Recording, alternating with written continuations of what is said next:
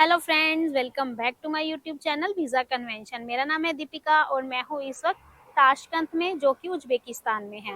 तो आज की वीडियो में हम डिस्कस करने वाले हैं कि जो भी स्टूडेंट एमबीबीएस करने के लिए उज्बेकिस्तान आना चाहते हैं तो उनको यहाँ पे एमबीबीएस करने के साथ में और एमबीबीएस करने के बाद में क्या क्या बेनिफिट्स मिलेंगे। तो आज की ये जो वीडियो उन स्टूडेंट्स के लिए बहुत ही ज़्यादा इन्फॉर्मेटिव हो सकती है, तो वीडियो को लास्ट तक जरूर देखना।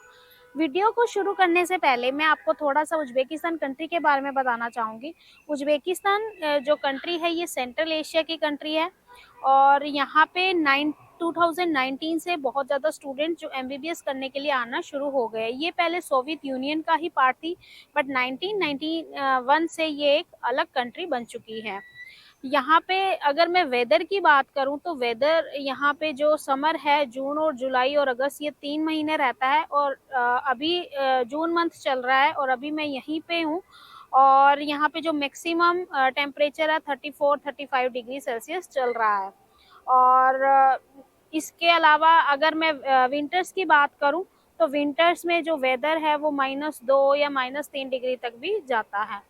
और वेदर इंडिया की तरह ही है, बहुत ज़्यादा गर्मी या बहुत ज़्यादा ठंड यहाँ पे नहीं पड़ती।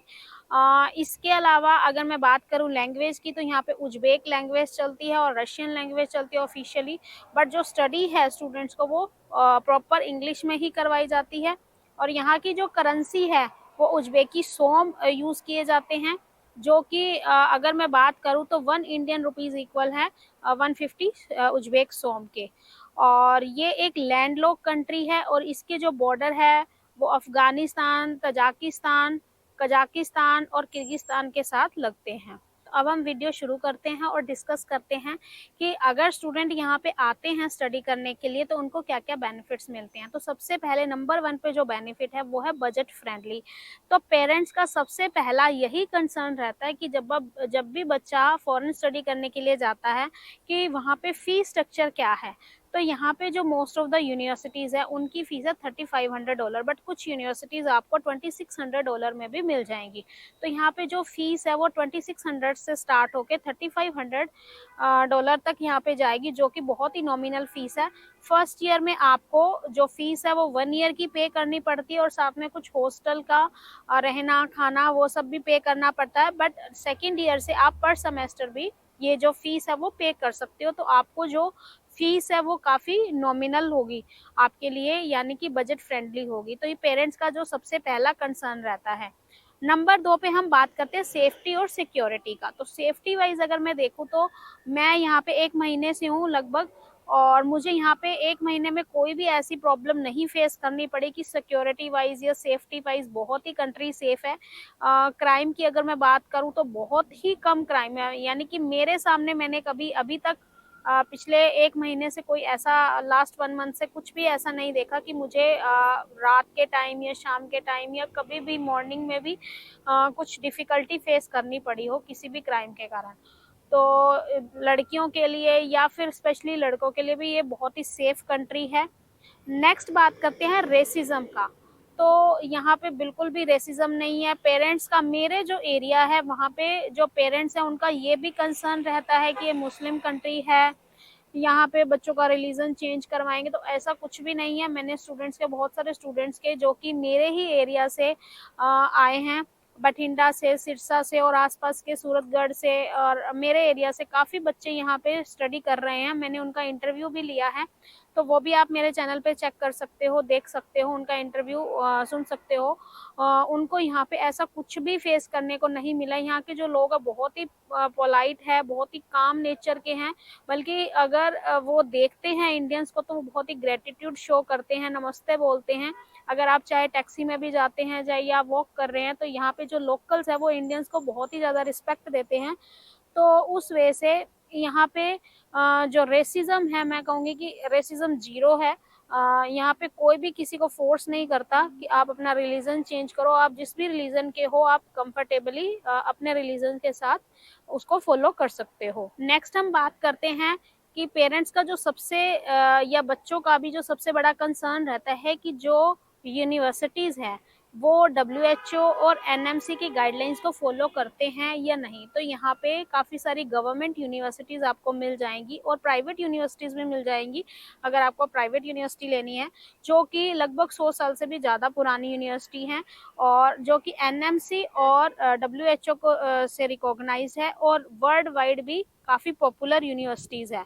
यानी कि आप यहाँ से स्टडी कंप्लीट करने के बाद फॉर एग्जांपल अगर आप इंडिया जाके प्रैक्टिस करना चाहते हो या आप जो भी हायर स्टडी करना चाहते हो MD या MS या फिर आप प्रैक्टिस करना चाहते हो, तो आप उस कंट्री का जो एग्ज़ाम है वो देने के बाद आप वहाँ पे प्रैक्टिस कर सकते हो। तो ये भी बहुत बड़ा एडवांटेज। नेक्स्ट हम बात करते हैं कन्वीनियंट लोकेशन एंड ट्रैवल। तो उज्बेकिस्तान जो कंट्री है इंडिया के काफ़ी पास है। अगर आप दिल्ली से डायरेक्ट फ्लाइट लेते हो तो लगभग 3 घंटे का डिस्टेंस है। यहाँ पे पहले इंडिगो और उज्बेक एयरलाइन 2 एयरलाइन चलती थी, बट अभी पाकिस्तान से जो भी इशू चल रहा है उसके बाद जो एयरबेसेस है वो बंद हो गए हैं, तो इंडिगो एयरलाइन नहीं चल रही है, बट उज्बेक एयरलाइन अभी भी चल रही है।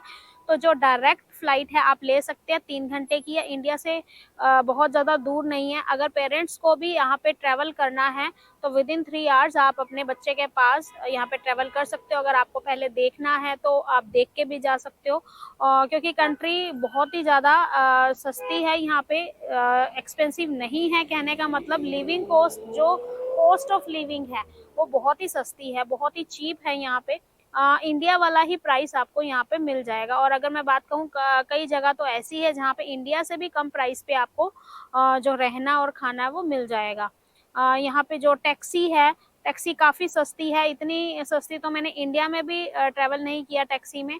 यहाँ पे अगर आपको लगभग 10-12 किलोमीटर जाना है तो आप लगभग $1 में या ज़्यादा से ज़्यादा $2 में आप ट्रैवल कर सकते हो, तो काफ़ी यहाँ पे चीप है। नेक्स्ट हम बात करते हैं टाइम डिफरेंस की। तो यहाँ पे जो टाइम है वो आधा घंटा पीछे है, बहुत ज़्यादा टाइम डिफरेंस नहीं है, तो जो स्टूडेंट्स हैं उनको ज़्यादा डिफ़िकल्टी नहीं होती है यहाँ पे मैनेज करने में, क्योंकि जो टाइम है लगभग सेम ही है इंडिया और वेदर भी लगभग इंडिया के जैसा ही है, तो बहुत ज़्यादा डिफ़िकल्टीज फेस नहीं करनी पड़ती स्टूडेंट को। नेक्स्ट बात करते हैं इंटरनेशनल एक्सपोजर। तो यहाँ पे स्टूडेंट को जब इंडिया से आता है तो इंटरनेशनल एक्सपोजर मिलता है, जिसके साथ साथ जो स्टूडेंट है वो कल्चरल एक्सपोजर भी लेता है। यहाँ पे जो हॉस्टल है या कॉलेज है वहाँ पे जो इंडियन स्टूडेंट है वो बल्क में है, यानी कि बहुत ही ज़्यादा इंडियन कम्युनिटी है यहाँ पे। तो हर तरीके का जो फेस्टिवल है वो यहाँ पे सेलिब्रेट किया जाता है, चाहे वो ईद है, महाशिवरात्रि है, बैसाखी है, होली, दिवाली, हर जो फेस्टिवल है वो स्टूडेंट्स के साथ यहाँ पे हॉस्टल में या कॉलेज में सेलिब्रेट किया जाता है।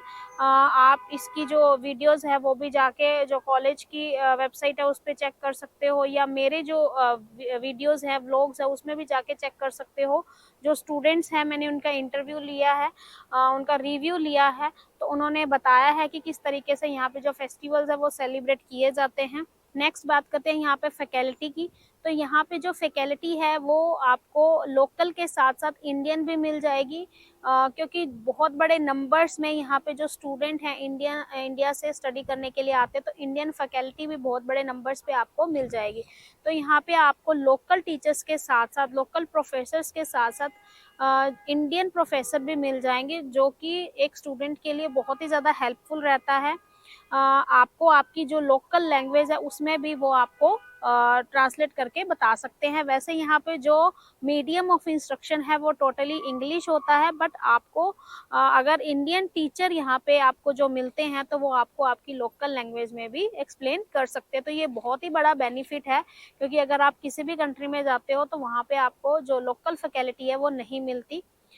इसके साथ साथ यहाँ पे आपको इंडियन हॉस्टल भी मिलेगा जिस भी कॉलेज में जाओगे। फॉर एग्जांपल ताशकंद में है, ताशकंद स्टेट मेडिकल यूनिवर्सिटी, समरकांड में है समरकांड स्टेट मेडिकल यूनिवर्सिटी, इसके अलावा बुखारा में है एशिया इंटरनेशनल यूनिवर्सिटी, और भी इसके अलावा काफ़ी सारी यूनिवर्सिटीज़ हैं जहाँ पे आप जाओगे तो आपको जो इंडियन हॉस्टल है उसकी फैसिलिटी भी मिलेगी।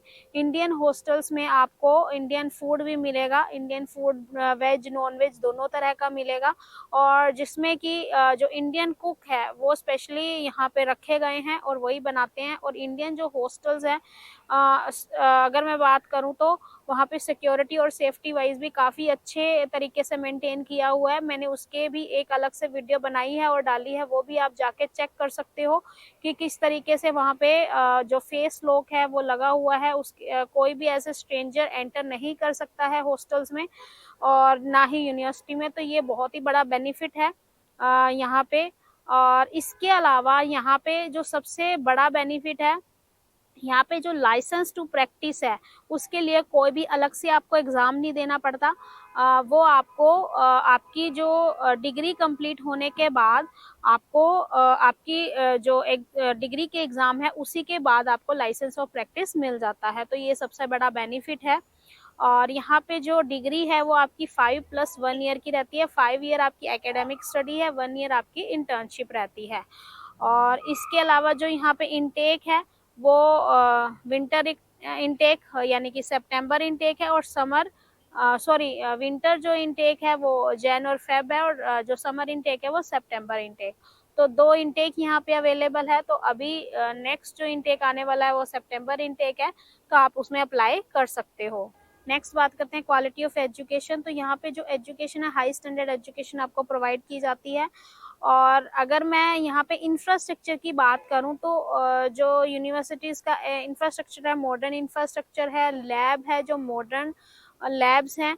और अगर हॉस्पिटल्स की बात करूँ तो एडजॉइनिंग हॉस्पिटल्स है यूनिवर्सिटीज़ के साथ, जहाँ पे बच्चों को क्लिनिकल एक्सपोजर मिलता है। तो अगर आप यहाँ पे आते हो तो यहाँ पे आपको एक इंटरनेशनल एक्सपोजर के साथ साथ आपको जो आपकी स्टडी है उसमें भी काफ़ी बेनिफिट मिलेगा, क्योंकि अगर आप इंडिया में जाके प्रैक्टिस करना चाहते हो तो FMGE की जो एग्ज़ाम है उसमें भी आपको काफ़ी सपोर्ट किया जाता है उसकी प्रिपरेशन में।